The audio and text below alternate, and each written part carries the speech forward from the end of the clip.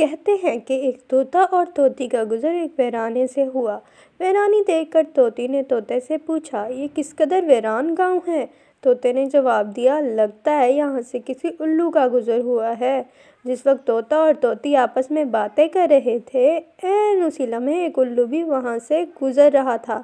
تو اس نے طوطے کی بات سن لی اور وہاں رک کر ان سے مخاطب ہو کر بولا، تم لوگ اس گاؤں میں مسافر لگتے ہو، آج رات تم لوگ میرے مہمان بن جاؤ، میرے ساتھ کھانا کھاؤ۔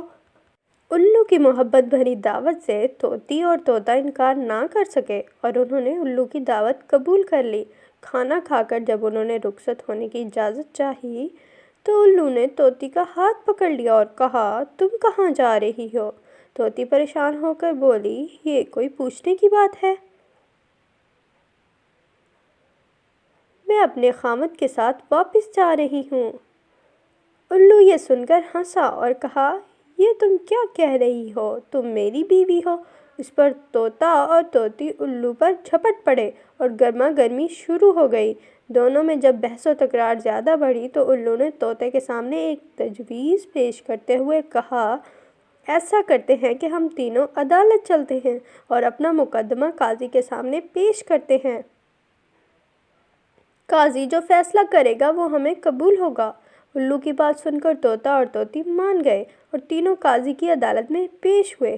قاضی نے دلائل کی روشنی میں الو کے حق میں فیصلہ دے کر عدالت برخاست کر دی۔ طوطا اس بے انصافی پر روتا ہوا چل دیا تو الو نے اسے آواز دی، بھائی اکیلے کہاں جاتے ہو؟ اپنی بیوی کو تو ساتھ لیتے جاؤ۔ طوطے نے حیرانی سے الو کی طرف دیکھا اور بولا، اب کیوں میرے زخم پر نمک چھڑکتے ہو؟ یہ اب میری بیوی کہاں؟ عدالت نے تو اسے تمہاری بیوی قرار دے دیا ہے۔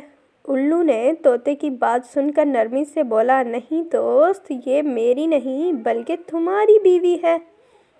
بس میں تمہیں صرف یہ بتانا چاہتا تھا، بستیاں الو ویران نہیں کرتے بلکہ ناانصافی سے ویران ہوتی ہیں۔ یقیناً یہ بات درست ہے کہ جس معاشرے میں انصاف ختم ہو جاتا ہے وہ معاشرہ بہت جلد ہی تباہ و برباد ہو جاتا ہے۔ اس لیے ہمیں معاشرے میں انصاف اور رواداری قائم کریں۔ کسی غریب کی حلق تلفی نہ ہونے دیں کیونکہ غریب کی بد دعا آسمان کے دروازے ہلا دیتی ہے۔ اگر کہانی اچھی لگے تو دوسروں تک پہنچانا مت بھولیے گا۔ اللہ تعالی ہم سب کا حامی و ناصر ہو، آمین۔